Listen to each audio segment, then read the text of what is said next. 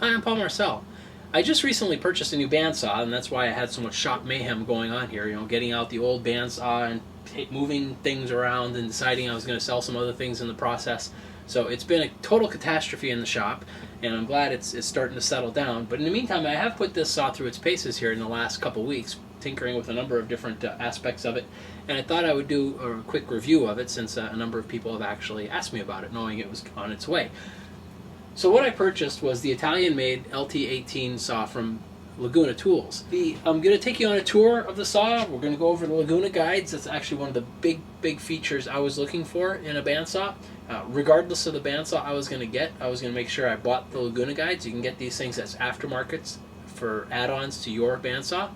But I'll take you through calibrating them, how they work, why I think they're so good a little bit later. This is considerably different actually than their Asian-made LT-18 3000 series bandsaw. In fact, to me, if you look at the specifications, there is just nothing that's the same. So these are completely different saws. In fact, this one here, when I read that it was Italian-made, my assumption was that it was simply the Laguna design being actually manufactured and assembled in Italy. But what it is this bandsaw is actually made by ACM, which is a very popular bandsaw manufacturer in Italy, who actually manufactures bandsaws under their own name and under several other names. So these guys are no slouches when it comes to bandsaws. Now if you were to compare the two, the LT-18 3000, and I'm not going to do a point-by-point comparison, you'll notice that some of the things are, this one here has a little bit larger table. It supports a larger blade. This one can go up to 1 3/8" wide blade. The other one goes up to 1 1/4".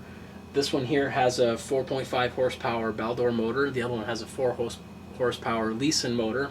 Now, I know that a lot of people have talked about, well, you don't really need a lot of horsepower for a bandsaw, especially I know Michael Fortune is often saying that, you know, like on a 14-inch bandsaw, that you could even get away with a half horsepower. Now, I completely agree with that in the same sense that I agree that both a smart car and a Mercedes SL600 can both make it up to 65 miles an hour on the freeway. But the difference is going to be that, you know, if there's a strong headwind, and of course the amount of time to get up to that speed is considerably different between the two. So a stronger motor like this, while perhaps 4.5 horsepower, maybe it's overkill, but you do have some pretty big, hefty cast iron wheels to rotate around. And this has a 18 3/8 inch resaw capacity. So if you had an 18-inch tall chunk of wood going through here that happened to be a harder wood like a toba, or maybe some of the Australian woods, all Australian woods are tough, then you're going to need that extra power. You don't really want the blade bogging down or the motor bogging down when you're halfway through it. You're only going to make a very messy cut. So again, it might be overkill, but probably better to have a little bit too much than too little. Now, one of the common features on some other saws, especially a lot of the smaller 14-inch saws, is to have a quick release on the tension. Now, this saw here does not have one of those. Much like a lot of the larger saws, just simply it's too much torque for you to try actually tensioning up that huge wheel.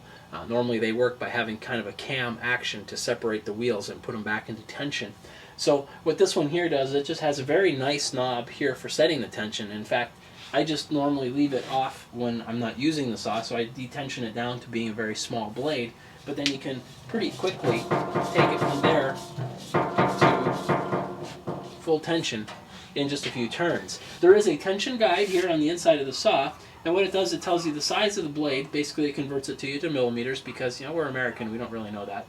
And you'll just spin this until you get it to the right tension. Now, I personally like to detension the blade. I went through a small period of time where I thought maybe it wasn't necessary, but now I'm convinced that it is. I know, like, people like David Marks usually does not, and in fact, like he says, do you detension your piano? And that's actually the reason why I stopped doing it for a while. But there's a difference, though. Piano doesn't have the belt or the strings tied onto rubber. Now, this rubber is going to start to form kind of a flat over time if you didn't use it very much. Now, of course, David Marks uses his constantly, so that's a little different situation. And if you're using yours quite often as well, that may not be an issue either. Now, it does turn out that I'm using a Resaw King blade from Laguna, and you'll get to see the cut quality on that when I do my demo. And that blade, actually, it's a very long life blade. It's intended to be resharpened many times. It's sharpened a little like, in a way, a little like a table saw blade. And because of its long life, of course, you can get to the point where you're revealing stress fractures in the band. I mean, over time, as it's being stretched and run through wood and hauled through wood, it's gonna start to develop some small stress fractures. And if you leave them tensioned all the time, that only makes those fractures worse. Now, most bandsaw blades that you buy are kind of throwaway. You use them until they're dull and you throw them away. Those also will develop stress fractures when they're sitting on the bandsaw, but the point is the life of the sharpness of the blade is far, far less than those stress fractures. This is a different type of blade. So now, the Resaw King doesn't come with this bandsaw, although they do have a great deal when you buy the bandsaw on getting a number of blades at a discount. So you'd want to check. Those are different promotions that happen every now and then. So in my case, I purchased 2 1.25" Resaw King blades. Now the saw itself has some simple controls. This is just a button that you can mash to turn off power to the saw, so if you're stuck and you're really needing to get it, you can hit that. There also is a foot brake, and I'll be showing you that when I take you to a tour of the lower cabinet. And the foot brake, the top door, and the bottom door are all equipped with micro switches. So as soon as they detect that the doors are open or that you've touched the brake, it cuts power to the saw. Now, of course, with the brake, you can stop the blade very, very quickly as well. Now, what I have on it here is the fence. This is the DriftMaster fence. The DriftMaster does not come with the LT-18 or any of the Laguna saws. It's done as an option. The fence that comes with the saw is actually very, very nice. I never actually put it on, but I have it down on the floor over there.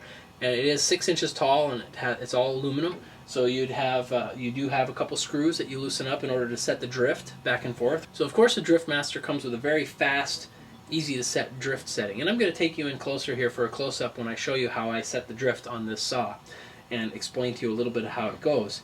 Now, while this is a great feature for setting the drift so easily, I mean, it's a lot nicer than monkeying with the little tiny hex head screws that are on fences and tapping it back and forth. And usually the tapping back and forth isn't the big deal. The problem is usually when you tighten them up, they adjust slightly, and that slightly is enough to throw you off. So you have to tinker with it.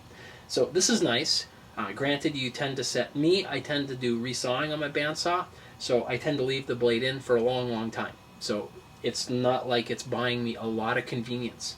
Now, that's not to put down the DriftMaster, but what I want to make as a point is that, to me, even if it didn't have this knob for setting the drift, this fence is well worth it just for having this micro adjust that's on the side here. Now, when you buy the DriftMaster, this is the fence that comes with it. So you have about a 4-inch high fence. It's nice and long, obviously goes all the way to the back of the table and gives you a nice reach to the front. It'll lock into this carriage. I'm actually going to show you using the resaw fence. Now, there is a new optional resaw fence for the DriftMaster, and it's 8 inches tall of solid heavy aluminum. And this is a joy to use. I've been doing resawing of about 10-inch wide boards. I mean, that's nowhere near the capacity of the saw, but that's what I needed for my project. So, no use cutting 18-inch tall stock that I don't have.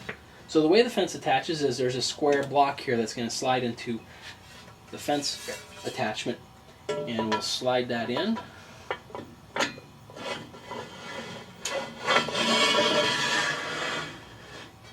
And then you just give it a quick twist, and it locks it into place. Down here's a little lock knob so that you can slide this back and forth and lock it into position. Now, what I was talking about for the micro adjust is that here there's a lever. When you spin this lever, what you're doing is you're engaging this threaded rod. And then there's a handle on the side back here that you can turn, and every turn that you make is going to move this fence over. Every full turn is going to move this fence over by a 1/16 of an inch. Of course, retracting it, you're going to move it by a 1/16 back. This is so nice if you want to try doing cutting of veneer where you're cutting it on the offcut side. You set your blade up so that you're cutting the veneer. Then after that, you're simply going to turn this handle enough to compensate for the blade thickness, and then as many turns as you need for the thickness that you're going to want of the slice. And you'll see this in a demo I'll do a little later. Now, one of the key things for using this fence, of course, is to know, well, how thick is your blade. Typically, a lot of them are 1/16 of an inch thick. It turns out that mine, when I did a measurement of it by cutting a couple curves and then seeing the resulting loss, if I were to treat this knob as a clock, it'd be like advancing or retracting by 11 hours.